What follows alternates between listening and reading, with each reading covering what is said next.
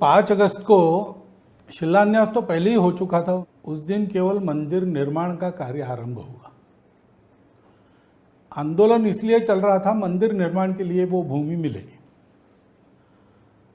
तो supreme court का निर्णय आ गया और सुप्रीम कोर्ट के आदेश के अनुसार एक न्यास बन गया। उसके पास वो भूमि आ गई मंदिर बनाने के लिए, तो आंदोलन तो समाप्त हो गया। राम का विषय जब राम हुए तब से अब तक चल रहा है और आगे भी चलेगा, क्योंकि श्री राम ये भारत की जनसंख्या के बहुत बड़े हिस्से के लिए भगवान है, और जिनके लिए भगवान नहीं उनके लिए भी आचरण के मापदंड तो है ही। और भारत के भूतकाल का अभिन्न हिस्सा है, जो भूतकाल भारत के वर्तमान और भविष्य पर एक लंबा प्रभाव डालता है। राम थे, है और रहेंगे। राम जन्मभूमि का आंदोलन जिस दिन ट्रस्ट बन गया उस दिन समाप्त हो गया।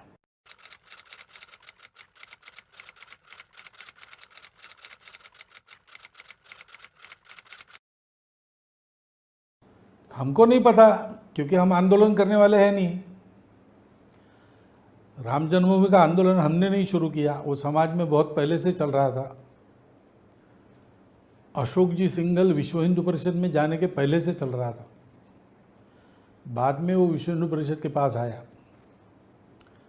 इसलिए वो आंदोलन हमने शुरू नहीं किया। और कुछ विशिष्ट परिस्थितियों में हम उस आंदोलन से जुड़े। तो कोई आंदोलन शुरू करना वगैरह हमारे एजेंडे में नहीं रहता है। हम तो शांतिपूर्वक संस्कार करते हुए प्रत्येक हृदय का परिवर्तन करने वाले लोग हैं। समाज, हिंदू समाज क्या करेगा मुझे पता नहीं, तो ये भविष्य की बात है, इसलिए मैं उसमें कुछ नहीं कह सकता। मैं इतना बता सकता हूँ कि हम लोग कोई आंदोलन शुरू वगैरह नहीं करते।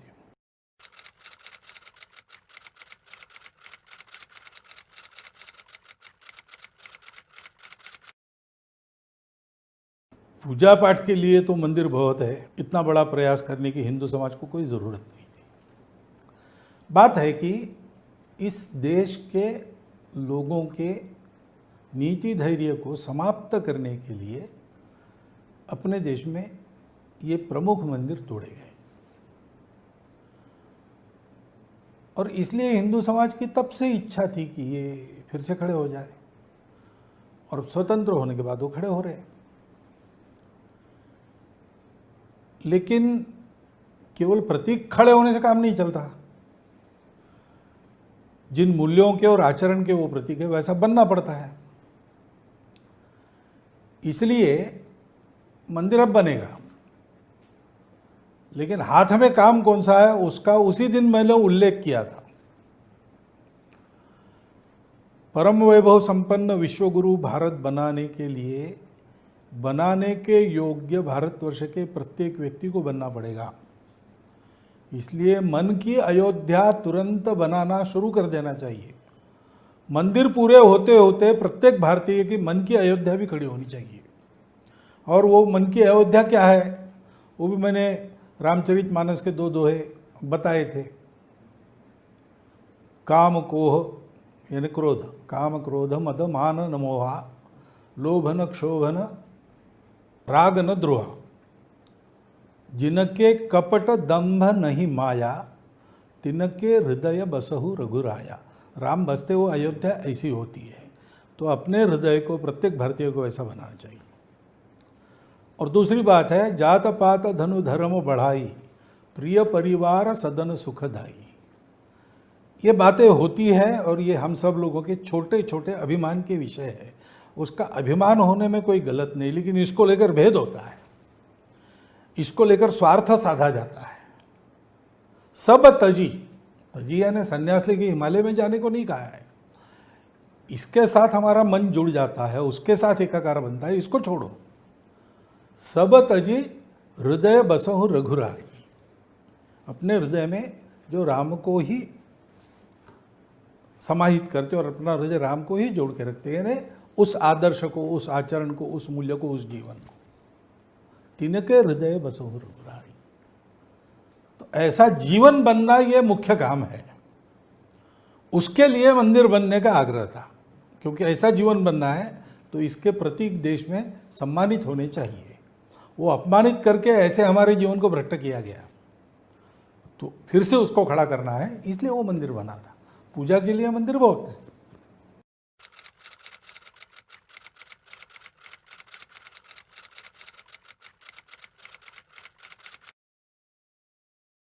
अब धर्माचार्य ने कैसा काम करना चाहिए इसका उपदेश मैं नहीं देता, परंतु समाज का आचरण निर्दोष होना चाहिए। इसके लिए जो व्यवस्थाएं हैं उसमें एक धर्म की भी व्यवस्था है।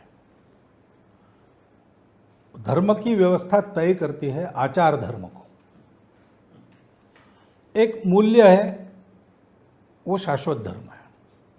जैसे सत्य, अहिंसा, अस्तेय, अपरिग्रह, ब्रह्मचर्य, शौच, स्वाध्याय, सत्य प्रणिधान, संतोष और तप, ये शाश्वत धर्म है, सदा सर्वदा, कहीं भी, किसी का भी, तीनों का। परंतु इसका आचरण करना देश काल परिस्थिति पर अलग अलग हो जाता है। व्यक्ति परत्व भी वो अलग रहता है।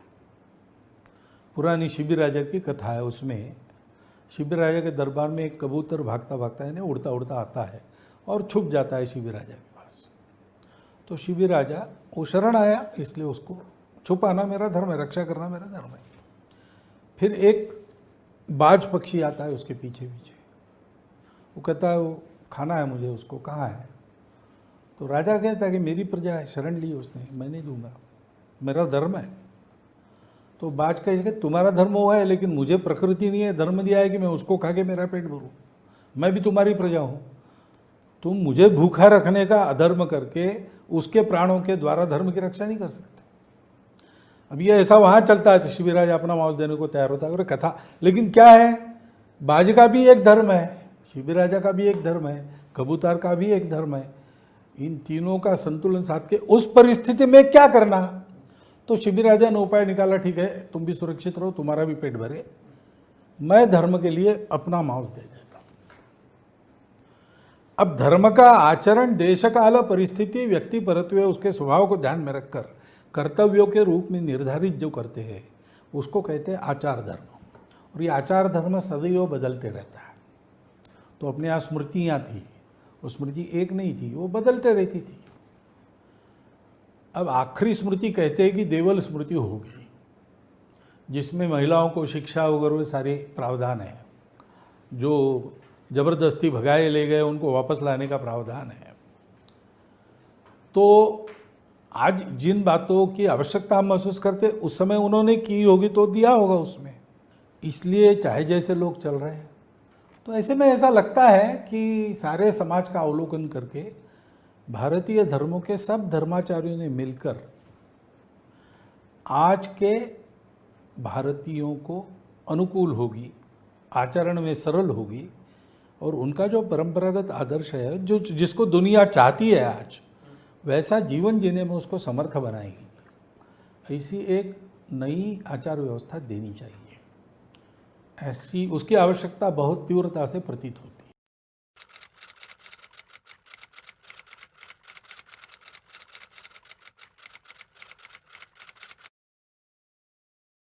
भारतीय समाज ये ग्रंथों पर नहीं चलता। ग्रंथों पर चलता होता तो एकनाथ महाराज गधे को गंगा का पानी नहीं पिलाते, रामेश्वर के लिए ले जा रहे थे। ग्रंथों में बहुत सी बातें हैं जो आउट ऑफ डेट है, और भारतीय समाज जो पूर्ण श्रद्धा रखता है अपने धर्म पर, वो उनको छोड़कर चल रहा है। और कोई उसको धर्म बाह्य नहीं कहता या उसको शाप नहीं देता, क्योंकि लोग जानते हैं कि पुस्तक के शब्द भी आखिर देश काल परिस्थिति की मर्यादा में बद्ध होते हैं। या तो उनका नया अर्थ बताना पड़ता है या शब्दों को बदलना पड़ता है। अपने जो ग्रंथ है उसमें एक भगवत गीता, उसमें बिल्कुल मिलावट नहीं है ऐसा कह सकते हैं, लेकिन जो सुनते हैं वेदों में मिलावट नहीं है, क्योंकि वो मौखिक रीति से सुरक्षित रहे। उपनिषदों में मिलावट नहीं है। बाकी ग्रंथ तो जैसे महाभारत के बारे में उसकी प्रस्तावना में ही कहा है कि जो पहली कथा बताई गई वो 8,800 श्लोकों की थी। और अभी जो पूर्ण संहिता उपलब्ध है 1 लाख श्लोकों की है, तो ये बाकी सारे श्लोक बाद में जोड़े। तो उसमें से कालबाह्य जो हुआ वो निकालना, और जो काल सुसंगत है, हमारे मूल्यों से सुसंगत है, इन दोनों बातों को रखना। ऐसा किसी ने सोचा तो वो कोई बहुत गलत विचार है ऐसा नहीं कह सकते, लेकिन ये सारे अधिकार हमारे धर्माचार्यों के हैं और वो इसको ठीक कर सकते हैं। बाकी लोगों ने उसमें हाथ नहीं डालना चाहिए, लेकिन बाकी लोग धर्माचार्यों को हाथ जोड़कर आग्रह कर सकते हैं कि कृपया ऐसा कीजिए। कई लोग ऐसा चाहते भी है, मुझे मिलते रहते समाज के बड़े बड़े अच्छे लोग जो राजनीतिक नहीं है, जिनका कोई स्वार्थ नहीं है, जिनको लगता है कि ये ऐसा नहीं होना चाहिए, वो ऐसा नहीं होना चाहिए, ऐसा।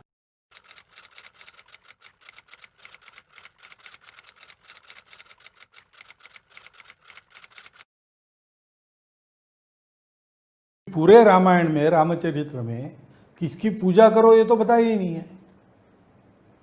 बताया तो यही है कि सत्य पर चलो, अन्याय अत्याचार मत करो, अहंकार मत करो। तो पूजा पद्धतियां अनेक हो सकती है और अपनी अपनी पूजा पद्धति को लेके सुखपूर्वक प्रत्येक व्यक्ति चल सकता है। दूसरों की पूजा पद्धति को अपने पूजा पद्धति की जितना ही सत्य मानकर स्वीकार करके चल सकता है। आपस में मेल मिलाप रखने वाली बातों को मानकर चल तो हो गया। संविधान का जो अपना प्रीएम्बल है उसमें यही तो सारी बातें हैं। वो पूरी 4 प्रकरण संविधान के हैं। प्रस्तावना है, नागरिक कर्तव्य, नागरिक अधिकार, गाइडिंग प्रिंसिपल्स, मार्गदर्शक तत्व। ये चारों जो है वो इन्हीं बातों को बताते हैं कि हम अपने देश में विविधता पहले से है। तो अब राम के समय का विचार करें तो कौन से संप्रदाय रहे होंगे? दिखते तो 2 ही प्रमुख हैं, शैव और वैष्णव। तो शिवजी परंपरा से राम का ध्यान करते हैं और राम हर जगह शिव जी की पूजा करते हैं। तो भाई ये सब अलग अलग तरीके हैं, लेकिन आपस में आत्मीयता जो है, एकात्मता जो है, मिलजुल कर चलने का निश्चय है, वही रामायण का संदेश है। वही अपने सारी परंपरा का यही संदेश है कि प्रत्येक व्यक्ति का अलग अलग हो सकता है, उसके अनुसार उसका बाह्य रूप अलग अलग होगा, लेकिन एक ही सत्य सब में होने के कारण सब एक है, यह संदेश है। तो रामायण भी उसी को गाता है। इसलिए अपने इतनी सारी पूजा पद्धतियां हैं, तो वो अगर इस आदर्श को लेकर चलेंगे तो सबका विकास होगा और देश का भी विकास होगा और समाज में भी शांति, भाईचारा, ये सब रहेगा।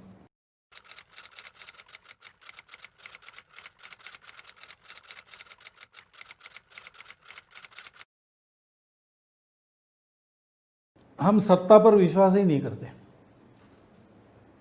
हम जब बड़े होते हैं तो भूभाग नहीं, शत शत मानव के हृदय जीतने का निश्चय। एतद्देश प्रसूतस्य सकाशात् अग्रजन्मनः स्वं स्वं चरित्रम शिक्षेरन्।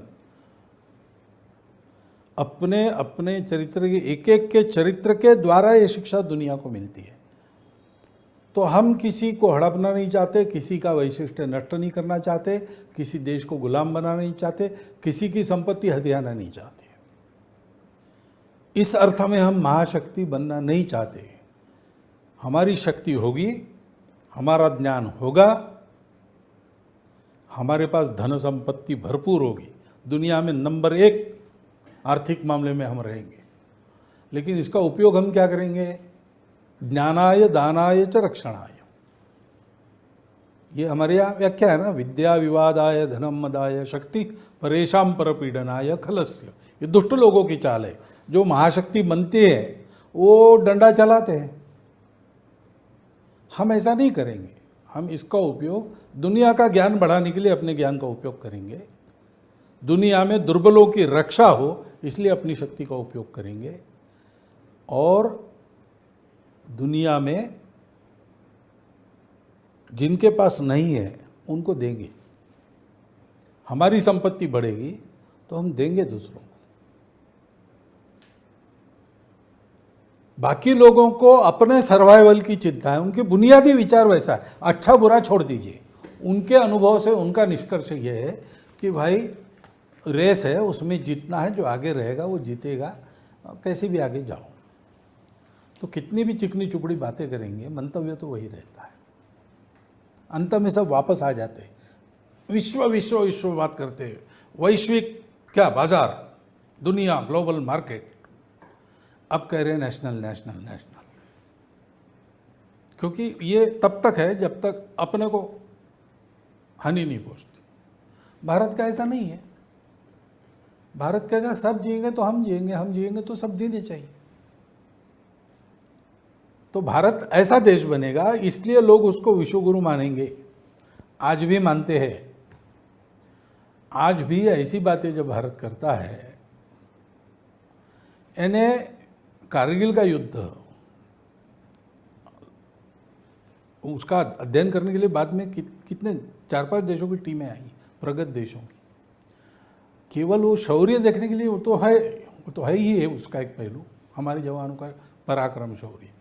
लेकिन दूसरे देश की सीमा का उल्लंघन न करते हुए उसने लादा हुआ युद्ध हमने कैसे जीता, ये विचार कौन कर सकता है? ये विचार भारतीय कर सकता है। वो सही है गलत है वो चर्चा छोड़ दीजिए, लेकिन ये विचार मन में आना ये केवल भारत के ही हो सकता है। इसलिए भारत विश्वगुरु बनेगा, यानी भारत के एक देश, एक राष्ट्र के नाते आचरण से और भारत के एक एक व्यक्ति के जीवन से सारी दुनिया अपना जीवन बनाएगी। तो इसलिए अमेरिका के 65% लोग शाकाहार का उपयोग करते। वो कहाँ से लिया उन्होंने? सारा विश्व योग क्यों कर रहा है? तो धीरे धीरे दुनिया इधर देख रही है, सोच रही है कैसा करेंगे, क्या करेंगे। हम दुनिया की आवश्यकताएं पूर्ण करने वाले होंगे, ऐसी शक्तियां होंगी।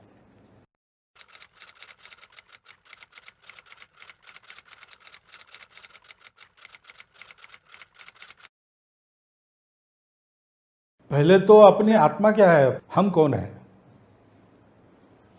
तो एक श्लोक है,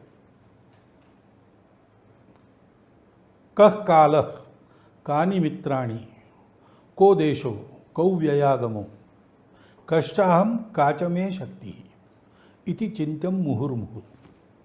जिस व्यक्ति को प्रगति करनी है, विजय पानी है, उसको इन 6 बातों का प्रतिदिन विचार करना पड़ता है। ऐसे समाज का भी है।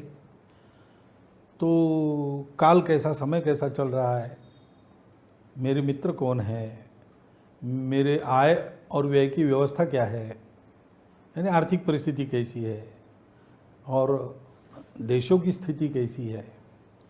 लेकिन मुख्य बातें उसके बाद की 2 है जो इन सब का मूल है, या इन सब के बारे में कैसा हम सोचेंगे इसका मूल है। मैं कौन हूँ, मैं क्या हूँ, कष्टाहम, और मेरी शक्ति किन बातों में है, इसको पहचानना चाहिए। इसको पहचानने के लिए अपना वर्तमान भी मालूम चाहिए, अपना भूतकाल भी मालूम चाहिए। हम क्या है, हमारी शक्ति किन बातों में है, हम जो है वो अभी है कि नहीं, कि हम कोई स्वांग ओढ़े बैठे हैं, और जिन बातों में हमारी शक्ति वो हम जतन कर रहे हैं कि नहीं, ये देखना पड़ता है। तो उसके लिए ज्ञान होना पड़ता है कि हम कौन है, क्या है। अब आजकल तो सिखाते ही नहीं। इतिहास में परसों एक घर में था, 12वीं में पढ़ने वाली उस घर की लड़की थी, अंग्रेजी मीडियम में, अच्छा संपन्न घर है, तो क्या उच्च भ्रू जिसको कहते हैं ऐसे, तो वो होके कह रही थी कि हमको हमारे भारत के हिस्ट्री के बारे में कुछ पता ही नहीं, हमारे पुस्तकों में कुछ नहीं है। तो 2-3 पुस्तकें मैंने बताई।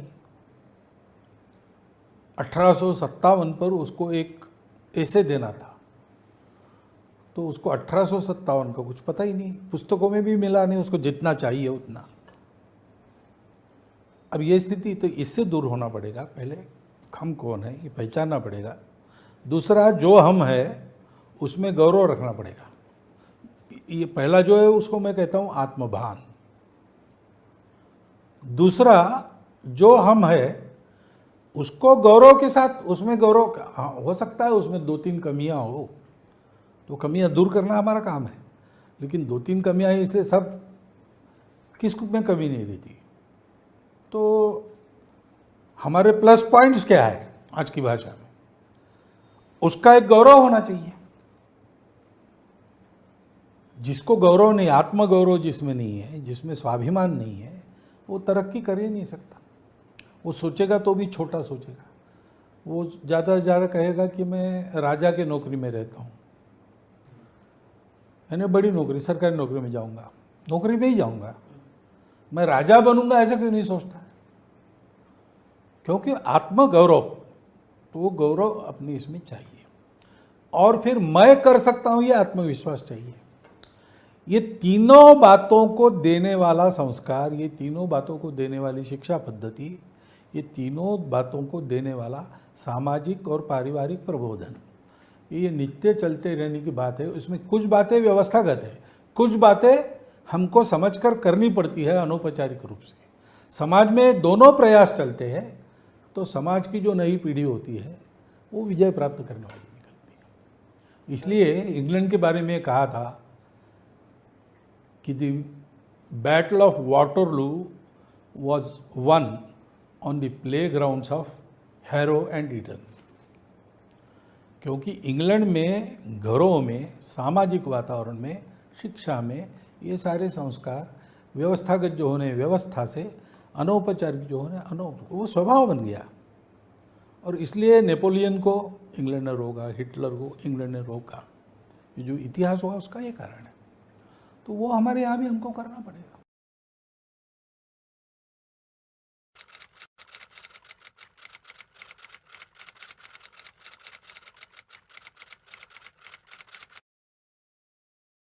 युवा शब्द से जो निश्चित निर्देशित होता है वही अपेक्षा है ना। युवा यानी वो किसी बेड़ी में नहीं अटकता, वो किसी किताब में अपने आप को नहीं बांधता, वो नित्य नया विचार करने में सक्षम होता है, वो सपने देख सकता है और वो कूद सकता है बिना विचार किए। साहस है उसमें, रिस्क ले सकता है, उसमें उत्साह है और उसमें एक उदात्तता है। बच्चों में और युवकों में संवेदनशीलता अधिक होती है।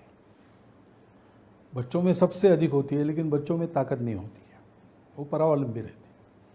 युवा में ताकत भी रहती है, इसलिए उस संवेदनशीलता के आधार पर वो सत्य के साथ, न्याय के साथ खड़ा रहता है। और अगर वो मन से चाहे तो इधर का हिमालय उधर ले जाने की उसकी ताकत रहती है। अब ये इतनी बड़ी प्रचंड शक्ति है, क्षमता वाली, उसको एक दिशा केवल देनी पड़ती है, बाकी सब वो जानता है।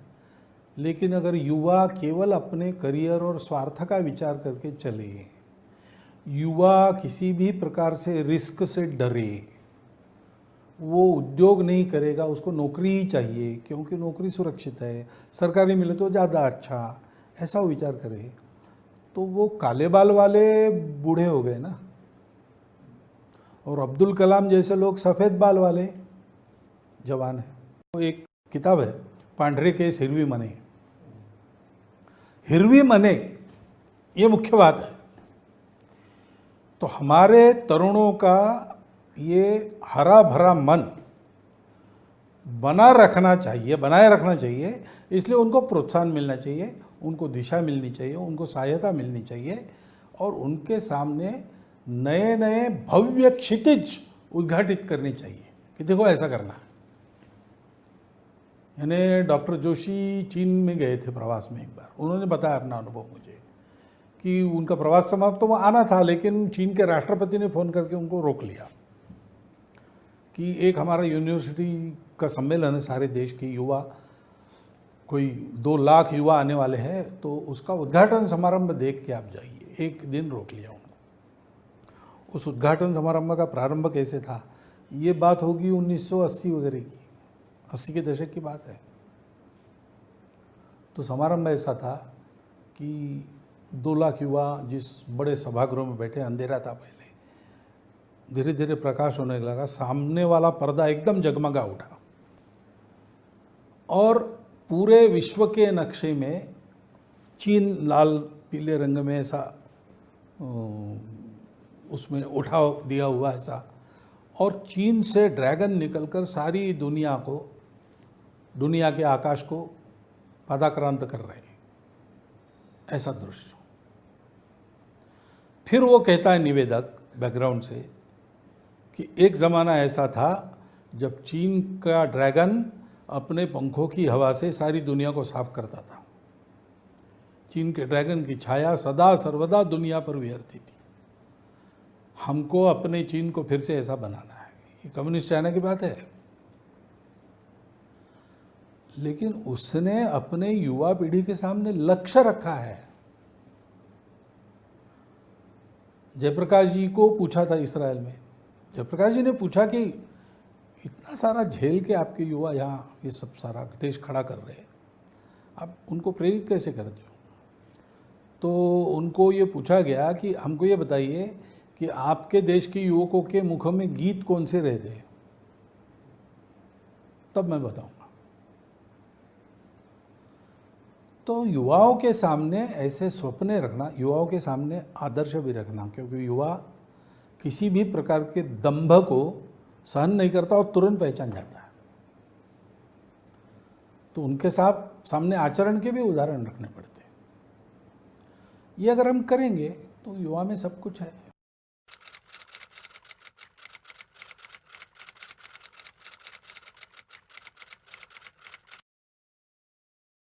ये सत्य है, मानना नहीं मानना मर्जी की बात है। सत्य को जो मानता है उसका ठीक चलता है, सत्य को कितने दिन नकारेंगे। इस बात की अपनी एक ताकत है, और हम कुछ नहीं करेंगे तो भी जरूर जीवन में ऐसे अनुभव आएंगे लोगों को, कहेंगे हम तो हिंदू हैं, हम तो भारत के हैं, हम हैं मुसलमान, लेकिन हम अरब नहीं हैं, हम तुर्क नहीं हैं, हम भारत हैं। और भारत है ऐसा कहना, और हम विशेष है ऐसा अगर कहना है आपको, तो भारत है यानी क्या है इसका विचार करना पड़ता है। और इसका जब जब विचार करते हैं तब ये ध्यान में आता है कि भारत है यानी हिंदू है। लेकिन इसको मनाना कैसे? एक तो वहाँ से प्रबोधन होना चाहिए, क्योंकि उनके मानने की बात है ना, मनवाने की बात नहीं है। हाथ में लाठी लेके हम मनवाएंगे क्या? ऐसा नहीं करेंगे। हृदय परिवर्तन होना तो एक तरीका है कि सोचे भाई हम कौन हैं, हमारे पूर्वज कौन थे, हम किस भूमि से जुड़े हैं। मुसलमान होने के बाद भी हमारे पास कव्वाली क्यों है जो नहीं चलती बाकी जगह?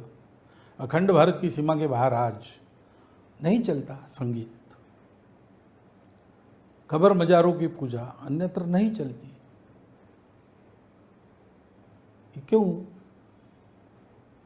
पैगंबर साहब का जन्मदिन ईद मिलादुन नबी, वो सेलिब्रेशन के रूप में अखंड भारत की सीमा में ही चलता है, अन्यत्र व्यक्ति के इसकी मान्यता नहीं। अल्लाह के आगे कौन है? वो भी ऐसा वो कहते। लेकिन हमारे यहाँ चलता है क्योंकि हमारे एक स्वभाव है, परंपरा से आया है, तो उसके प्रभाव में हम चल रहे, ये सत्य है। हमारे पूर्वज वो ही थे, ये सत्य है। और भारत के बाहर हमारी कोई प्रतिष्ठा नहीं, हम भारतीय हैं इसलिए हमारी भारत की प्रतिष्ठा हमारी प्रतिष्ठा है। मुझे मिले थे रेलवे के टीसी बंगलोर में मिले, बंगलोर से मैं शिमोगा जा रहा था, तो जाफर शरीफ साहब थे ना, उनके वो भतीजे, उन्होंने मुझे बताया, तब तक मुझे मालूम नहीं था। उन्होंने कहा देखो हमारे यहाँ ऐसा है कि मरते हैं तक कफन में, जब तक वतन की मिट्टी नहीं पड़ती तब तक जन्नत नसीब नहीं होती। तो ओसामा बिन लादेन को सागर में दफना दिया, इसका हो हल्ला बहुत बड़ा हुआ, उसका एक कारण ये था कि वतन की मिट्टी नहीं डाली थी। तो हम अगर बिना भारत के मिट्टी के मर भी जाते हैं तो हमको स्वर्ग नहीं मिलेगा। तो किस मिट्टी से हम जुड़े हैं ये समझे। हिंदू ये बताएंगे तो फिर वो कहेंगे कि फिर एक तो इसमें आपका क्या फ़ायदा है। तो हिंदू को इस स्थिति में रहना पड़ेगा कि आप ये मानते हो नहीं मानते हो, हमारा कुछ नहीं बिगड़ता और हमको ज़रूरत नहीं है, कोई हमारी मजबूरी नहीं है जो हम बता रहे हैं, ये सत्य है। और रिश्ते से आप हमारे भाई हैं, वो भाईचारा हमको कहलवाता है कि आप हमारे हो, मान लो। तो हिंदू को ऐसे स्थिति में आना पड़ेगा, उसको किसी की ज़रूरत नहीं है, वो अपना हित खुद कर सकता है, अपनी सुरक्षा खुद कर सकता है। फिर भी वो कह रहा है कि आप हमारे हो, क्योंकि उसके मन में प्रेम है। यह स्थिति आने के बाद हिंदू कहे तब तक न कहे, तब तक कहेगा लोग उसको मजबूरी मानेंगे या सौदा करना चाहेंगे, उससे काम नहीं होगा। तो दोनों तरफ से ये प्रक्रिया चल। हिंदू समाज ने इस स्थिति में आना, सामर्थ्य संपन्न, आँख टेढ़ी करके कोई देख नहीं सकता, इसलिए नहीं कि किसी को कोई सबक सिखाना, इसलिए कि उसकी बातों पर विश्वास हो सके दुनिया का।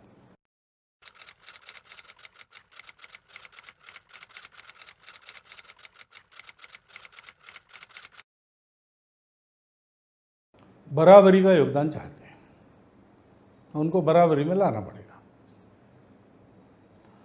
उनको सक्षम करना पड़ेगा, उनको प्रबोधन देना पड़ेगा, उनको सशक्त बनाना पड़ेगा। कर्तृत्व उनमें है, यानी उनको बाकी मदद करने की जरूरत, उन पर हमने जो दरवाजा बंद किया है वो खोलना पड़ेगा। वो भारतीय महिला है, वो बिना घर परिवार की जिम्मेवारी छोड़े सब करेगी, लेकिन घर परिवार की जिम्मेवारी में उसको कुछ राहत, चाहे उतनी स्वतंत्रता, ये देनी चाहिए ना। तो आज के परिस्थिति में ये जो हमारा एक स्थायी मूल्य है परिवार का, उस परिवार में महिला का स्थान माता का है, वो सर्जनशीलता उसकी है और वो शक्ति है, यानी वो प्रतिभा भी देती है और वो पूरी ताकत भी देती है। ये उसके स्थान को पहचान कर उसको देवी बनाकर पूजा घर में बंद मत रखो और दासी बनाकर आखिरी खोली में बंद मत रखो, आखिरी कमरे में। उसको भी बराबरी से करने दो, जिम्मेवारी लेने दो, उसके लिए उसको सशक्त करो, उसको पढ़ाओ, उसको आर्थिक दृष्टि से चाहे तो वो स्वयं पूर्ण हो सके, ऐसे उसको कला दो, ऐसे उसके अवसर दो। ये सब करना पड़ेगा, उस दिशा में थोड़े थोड़े बढ़ रहे हैं। तो ये हम करेंगे तो वो बराबरी से अपना सहयोग करेगी, और वो बराबरी से करेगी, यानी हमारे जो उसमें योगदान होंगे पुरुषों के, उसको वो सहज रूप से उस भार को वो बहुत हल्का बनाएगी, क्योंकि उनके ऐसा करने से भी हमारे इसमें एक शक्ति का नया संचार होगा, तो हमारे काम और आसान हो जाएंगे। तो इसलिए वो बराबरी का सहभाग और बराबरी की तैयारी महिलाओं की, ये महिलाओं के बारे में विचार में अपना स्थायी आधार होना चाहिए।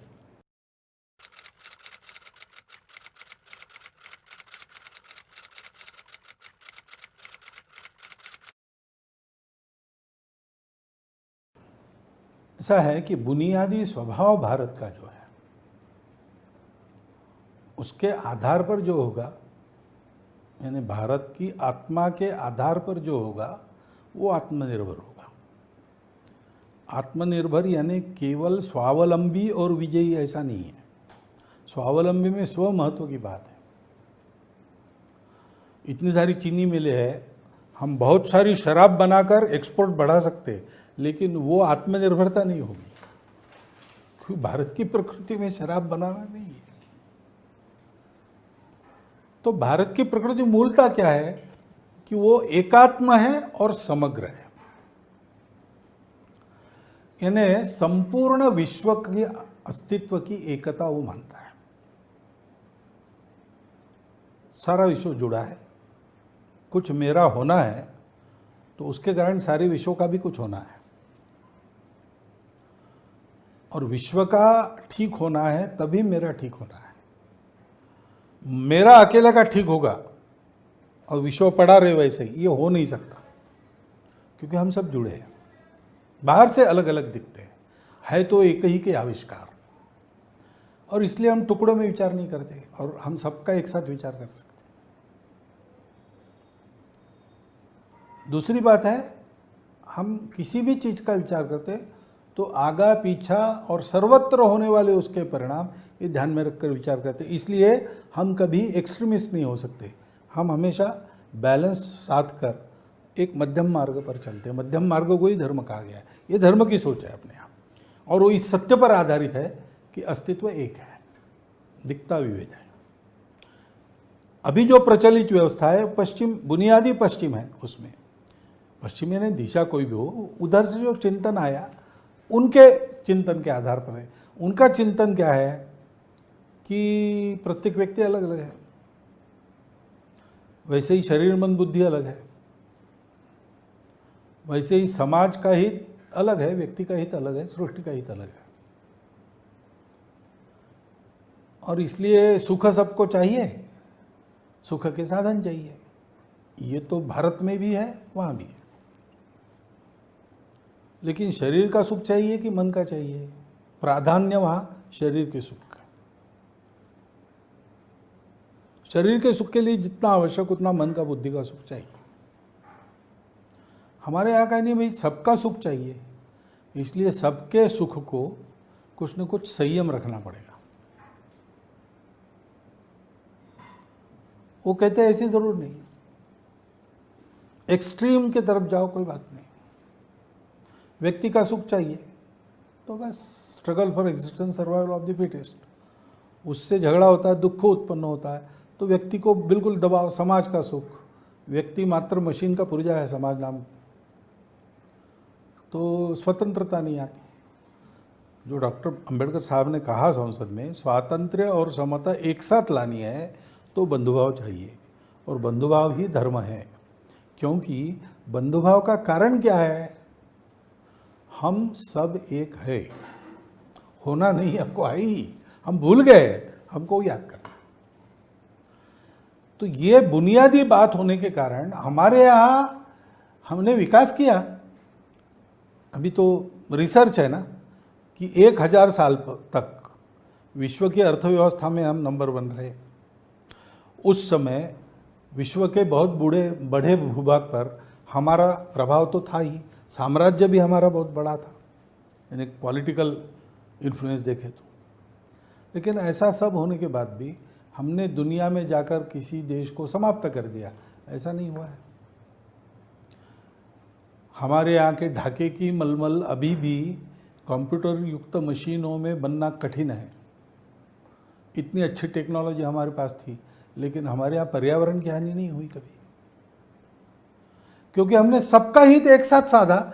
उसके लिए सबके स्वार्थ की दौड़ को संयमित किया। सबको स्वतंत्रता मिली, लेकिन सबको यह भी मिला कि अपनी स्वतंत्रता का उपयोग सबको स्वतंत्र करने में करो। इसलिए हमारे यहाँ किसान अपने बीज खुद बनाता था। किसान हमारा बीज के लिए उसको कहीं जाना नहीं पड़ता था, वो अपना बनाता था, खाद अपना बनाता था, सारा अपना बनाता था। आप अभी देखिए जो हमारे परंपरागत, जैसे टूथपेस्ट है, कोई टूथपेस्ट आपको बताती है कि वो सारे जंतुओं को मार देगी, मारती है, केमिकल्स रहते हैं उसमें, मारती है। दतौन क्या काम करती है? दतौन मारती नहीं, दतौन रेगुलेट करती है। ये जो देशी बनते हैं कीटनाशक वगैरह, वो नाश नहीं करते, उनको नियंत्रित करते, वो हानि नहीं कर सकते। इस प्रमाण में उनका भी जीवन है भाई। ये दृष्टिकोण हमारे यहाँ बिल्कुल रग रग में, हम जानते नहीं, इतना सहज हो गया। विश्व में सारे संघर्ष समाप्त करने हैं, विश्व में सबकी उन्नति एक साथ करनी है, ये हो नहीं सकता। इस कगार पर विश्व पहुंचा है कि हमने 2 प्रयोग करके देखे। व्यक्ति को महत्व दिया, नहीं हुआ, समाज को दिया, नहीं हुआ, ईश्वर मानकर चले, ईश्वर छोड़कर चले, नहीं हुआ। लोकमत के आधार पर चले, वैज्ञानिक आधार पर चले, नहीं हुआ। तीसरा पर्याय कहाँ है? ये तीसरा पर्याय है कि दोनों काम आपने किए, तब आपने तीनों को जोड़ने वाला चौथा नहीं देखा। हमारे यहाँ वो पहले देखा गया। इसलिए अर्थ काम को अनुशासन में रखकर मोक्ष की ओर चलाने वाला धर्म हमारे पास है। शरीर मन बुद्धि को अनुशासन में रखकर आत्मा परमात्मा की ओर उसको ले जाती है। और इसलिए व्यक्ति, समष्टि, सृष्टि तीनों की उन्नति और इन सब का भाव परमात्मा की तरफ बनता है। ये बेसिक दृष्टि है, उसके आधार पर हमको सारे जीवन की पुनर्रचना करनी पड़ेगी, सोचना भी पड़ेगा, रिसर्च भी करना पड़ेगा। और ये बेसिक दृष्टि है सनातन काल से चलती आई हुई, ये शाश्वत है।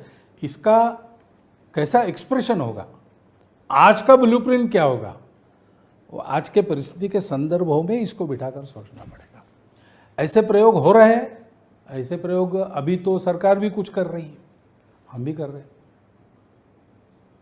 तो उसको आगे बढ़ाना पड़ेगा। तो ये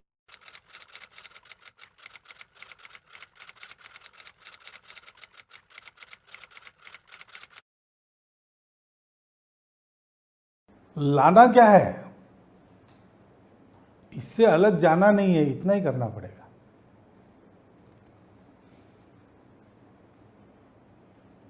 रसखान का नाम आपने सुना है ना, वो मुसलमान थे, उन्होंने इस्लाम छोड़ा नहीं था, लेकिन कितना सुंदर काव्य उनका कृष्ण पर है। शेख मोहम्मद थे, विट्ठल के भक्त थे। और ये कोई पुरानी बात नहीं, हमारे यहाँ रामकृष्ण परमहंस ने इस्लाम, ईसाइयत सहित सभी संप्रदायों को उपासना प्रत्यक्ष करके कहा कि सब लोग एक ही जगह पहुंचते हैं, जतो मत ततो पथ। रमन महर्षि ने पॉल ब्रंटन को जब उसने कहा कि मुझे लगता मैं हिंदू बन जाऊं, तो कहा नहीं, तुम ईसाई जन्मे हो, तुम अच्छे ईसाई बनो तो तुमको भी वही फल मिलेगा जो एक हिंदू को अच्छा हिंदू बनने का होता है। हिंदू इसको रिलीजन के अर्थ में उन्होंने उपयोग किया, वास्तव में वो है नहीं, लेकिन पॉल ब्रंटन को समझना था तो यही कहना था। तो ये हमारे यहाँ सदा हुआ है। समय समय पर कट्टरपंथी लोग इनको अलग ले जाने का प्रयास करते हैं। उस प्रयास को शिवाजी महाराज ने रोका तो उनके नौसेना में मुसलमान भी थे, सिद्धी भी थे। राणा प्रताप की सेना में अकबर के खिलाफ जब लड़े हल्दी घाटी, तो थे ना मुसलमान, बहुत सारे लोग थे। और हाँ, इतिहास के हर मोड़ पर सब लोग साथ खड़े। जब ये होता है कि भारत भक्ति जागती है, भारत के संस्कृति की भक्ति जागती है, भारत के पूर्वज परंपरा का गौरव जागता है, तब ये सारे भेद तिरोहित हो जाते हैं, लोग इकट्ठा आते हैं। ये जिनके स्वार्थ पर आघात करता है वो लोग बार बार अलगाव और कट्टरता फैलाने का प्रयास करते हैं। वास्तव में हमारा एकमात्र देश है कि जहाँ पर सबके सब बहुत दिनों से साथ रह रहे। सबसे अधिक सुखी किस देश के मुसलमान हैं? भारत के मुसलमान। दुनिया में कोई देश है कि जहाँ उस देश के वासियों की सत्ता में दूसरा संप्रदाय रहा जो उस देश का नहीं है और वो अभी तक चल रहा है? ऐसा कोई नहीं है। हमारा है। मुसलमान इस्लाम के आक्रमण के थोड़ा पहले कुछ आए, आक्रमण के साथ जोर से आए, बहुत सारा खून खराबा और लड़ाई का इतिहास, वैर का इतिहास है, फिर भी हमारे यहाँ मुसलमान हैं। संविधान था, पाकिस्तान ने नहीं दिए।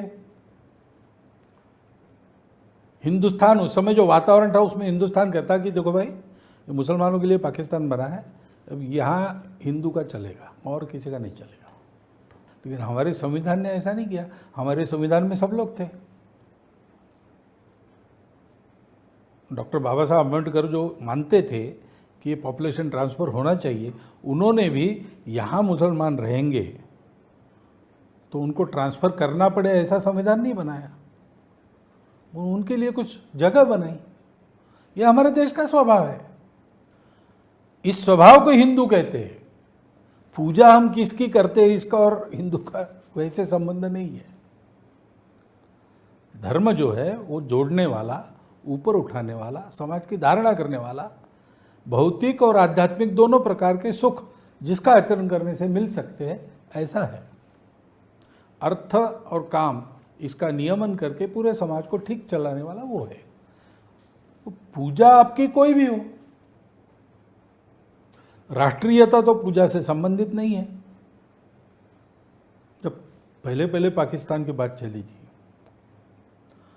तो उस समय मदनी साहब थे, जमायत इस्लामी के चीफ। उनकी पुस्तक है, उसमें उन्होंने लिखा है कि ये कौम का और रिलीजन का कोई संबंध नहीं। जो लोग कह रहे हैं कि हम मुसलमान हैं इसलिए हिंदुस्तान के नहीं है, वो गलत है। तो बीच बीच में कट्टरता फैलती है तो उसके हवा में भटकना नहीं, इतना करना पड़ेगा। और उसके लिए हम राष्ट्र है, एक राष्ट्र है, उस समय से चलते आए हुए राष्ट्र है, हम हिंदू राष्ट्र है। कुछ बदलना नहीं पड़ता, बुराइयां छोड़नी पड़ती, संकुचितता छोड़नी पड़ती। तो ये संभव है और इसको मानने वाले हमको तो मिलते हैं, मुसलमान और ईसाई भी। अच्छे अच्छे मुसलमान ईसाई मिलते हैं, पढ़े लिखे मिलते हैं, उच्च पदस्थ मिलते हैं, प्रभावी मिलते हैं।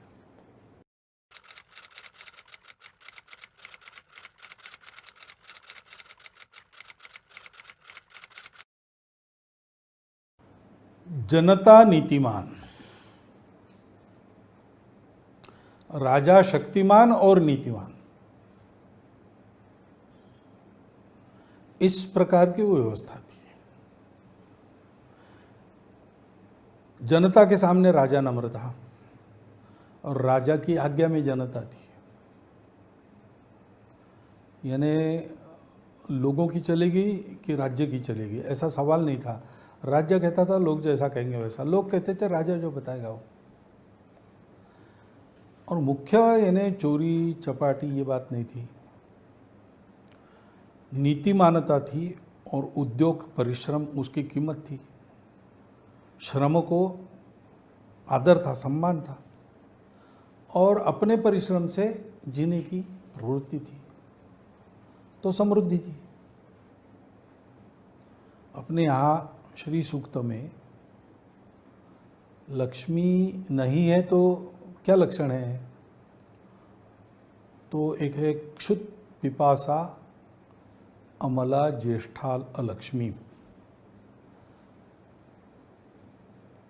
यानी रोग, भूख, प्यास, ये एक लक्षण है।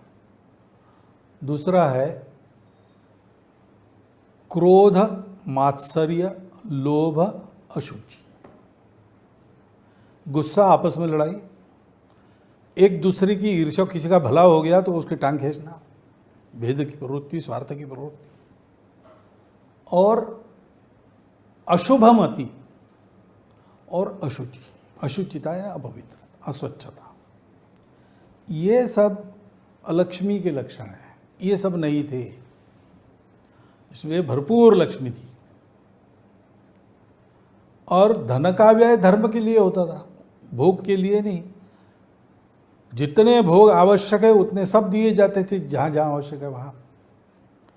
थोड़ा बहुत जीवन रंग बिरंगा हो इसलिए साज सज्जा भी रहती थी उस पर, कन्वीनियंसेस भी रहते थे, नेसेसिटीज भी पूरी थी, लग्जरीज लोग टालते थे, लोगों का स्वभाव नहीं था, उपलब्ध रहती थी। इस प्रकार का जनजीवन अनुशासित, संयमित, अपने हित को समझने वाला, जागरूक, संगठित, और राजा धर्म की रक्षा करने वाला, स्वयं धर्म से चलने वाला, नियमों का पूर्ण पालन करने वाला, सत्ता को ट्रस्टीशिप मानकर उसका उपयोग जनहित के लिए करने वाला। यानी राजा बोल रहा था कि वो ये राज्य आपका है, आप करो। पिताजी के मन में यही था, वो तो हमारी माताजी के कारण आपको जंगल में भेज रही, लेकिन वो चले गए, मुझे राज्य आया है, माताजी का भी आग्रह छूट गया, तो मैं आपको कह रहा हूँ वापस चलो। और कहते नहीं, मैंने वचन दिया है ना।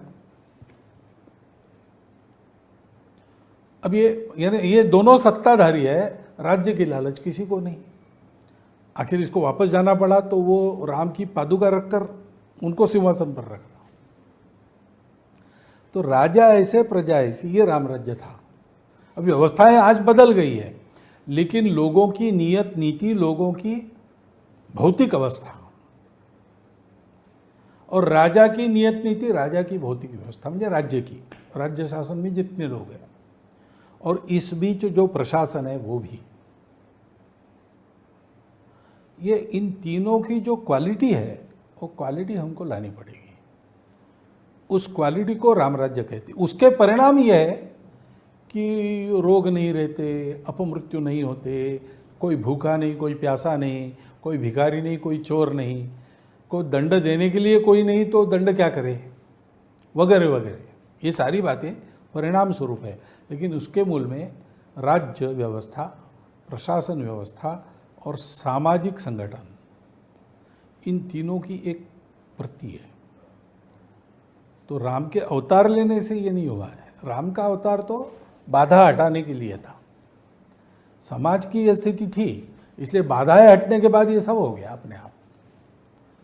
तो समाज की स्थिति बननी पड़ेगी आज पहले, क्योंकि आज राजा भी और प्रशासन भी समाज से जाता है, वहां से शुरू करना पड़ेगा।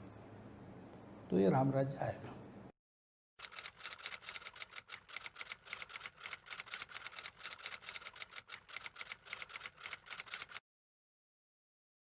धर्म का स्थान सर्वत्र है, अधर्म तो कहीं नहीं होना चाहिए।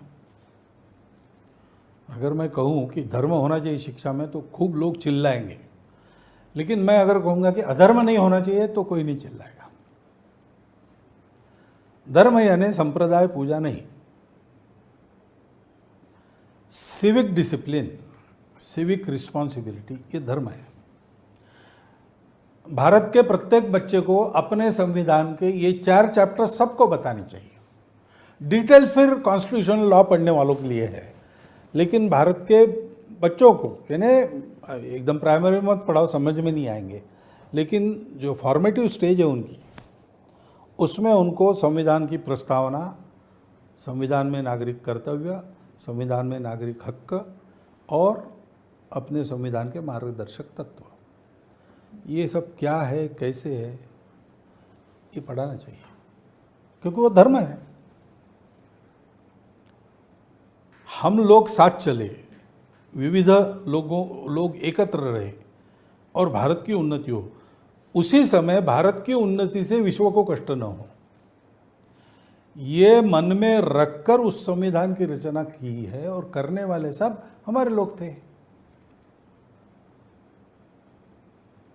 उनके सामने क्या आदर्श थे, संविधान में जो चित्र उन्होंने क्रम से दिए हैं उन चित्रों में वो व्यक्त होता है। एक एक शब्द के लिए चर्चा हुई है, वो अगर हम देखते हैं तो उनका मन ध्यान में आता है। तो आज के फॉर्मेट में यह हमारा सनातन धर्म ही व्यक्त हो रहा है, उसको सिखाओ। पढ़ना पैसे के लिए नहीं है, लेकिन पढ़ना आपको भूखा रखेगा ऐसा नहीं। आप पढ़ोगे तो आप अपना जीवन ठीक चला सकोगे, इतना आत्मविश्वास तो देना चाहिए। लेकिन केवल आपका जीवन ठीक चले इसलिए शिक्षा नहीं है, सबका जीवन आप ठीक चलाए इसलिए आपको शिक्षित होना, ये दृष्टि वहाँ मिले। घर के संस्कार भी ऐसे हो, विद्यालय का पाठ्यक्रम, शिक्षकों का आचरण का उदाहरण और समाज का वातावरण, ये चारों बातें ऐसी होनी चाहिए।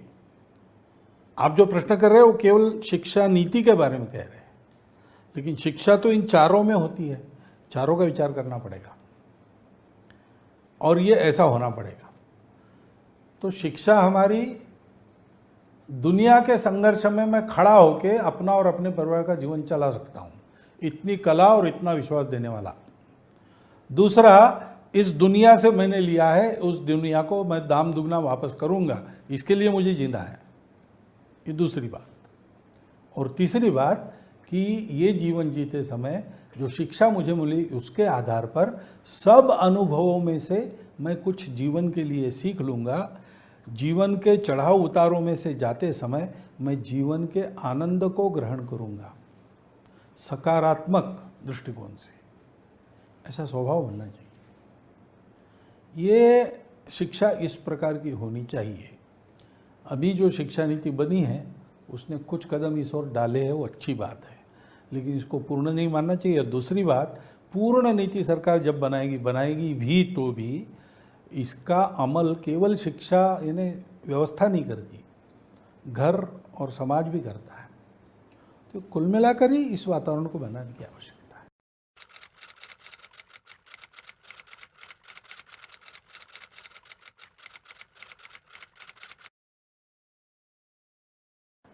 मन की अयोध्या वाली बात मैंने पहले कही। भारत के व्यवस्थाओं के बारे में बुनियादी दृष्टि की बात मैंने बताई। ये दोनों बातें ठीक हो जाती है तो भविष्य का भारत अपने आप गढ़ा जाने वाला है। क्योंकि आज अपने देश में, विशेषकर युवा पीढ़ी में, अपने देश को बड़ा बनाने की चाह है। सौभाग्य से घटनाएं ऐसी घट रही है कि हमारा विश्वास अधिक अधिक बढ़ रहा है। अब कोरोना के आपत्ति में ही पहली बार स्वतंत्रता के बाद ये दृश्य हमने देखा कि पूरा समाज खड़ा हो गया, किसी के बताए बिना। उसने सरकार की राह नहीं देखी, खुद होके किया। अब मीडिया में बहुत बातें निगेटिव ही ज़्यादा आती है। कोरोना पॉजिटिव की संख्या आती है, निगेटिव की आती नहीं। लेकिन कोरोना के समय ये तो हुआ ना कि अनेक मालिकों ने अपने मजदूरों को बिना काम के रखा, छोड़ा नहीं, वेतन दिया पूरा। अब मालिक अपना उद्योग शुरू करने जा रहे हैं तो अनेक जगह ये भी अनुभव आता है कि मजदूर कहते हैं कि उस समय आपने हमको पाला, अब आपकी कठिनाई है तो हमको वेतन बाद में दीजिए, हम काम करते हैं। ये हुआ है अभी, और ऐसे बहुत ज़्यादा घटनाएं हैं ऐसी। तो समाज खड़ा हुआ। दूसरी बात, शासन व्यवस्था, प्रशासन व्यवस्था जो कुछ कहती है उसका अपने समाज के अनुशासन का स्तर देखेंगे तो उसकी तुलना में तो बहुत अच्छा पालन सबने किया। एक केवल पालन किया ऐसा नहीं, एक विश्वास का नाता दिखता था। जैसे प्रधानमंत्री ने कहा दीप जलाओ या थाल बजाओ, तो ऐसे लोग भी थे कहने वाले कि इससे क्या होने वाला है, लेकिन समाज ने ऐसा नहीं कहा, बताया, किया। बोल रहे ना, जरूर इसमें कुछ बात है तो करना है। शास्त्री जी के समय में ऐसा दिखा था। हाँ, 71 के युद्ध समय इंदिरा जी के बारे में भी ऐसा दिखा था। यानी उन व्यक्तियों की भलाई के बारे में नहीं कह रहा हूँ मैं ये इसलिए कह रहा हूँ कि समाज जब ऐसा खड़ा हो जाता है तो समाज के अपने अंदर की ऊर्जा के कारण खड़ा होता है। उसको लगता है कि नहीं, ये हमारे देश को नहीं झुका सकेंगे ये संकट। जैसे चाइना के बारे में समाज कह रहा है, 8 साल का बच्चा भी मेड इन चाइना दिखता है तो जो खिलौना हट करके उसने लिया है उसको फेंक देता है, पैसे वापस करो, ये नहीं चाहिए। ऐसा वातावरण है। तो इसलिए ये एक भावना जागी है, और इसलिए उस भावना के लिए आवश्यक गुण संपदा वो है मन की अयोध्या। और उसके लिए आवश्यक जो रोड मैप है वो ऐसी भारतीय मानस के आधार पर कॉलोनाइजिंग प्रभावों से पूर्णतः मुक्त होकर, और बाहर से जो हम देशकाल परिस्थिति सुसंगत ले सकते हैं, अच्छा है, लेने से लाभ होगा, वो लेकर आगे बढ़ते रहेंगे तो ये होगा। और तीसरी बात करने की आवश्यकता नहीं।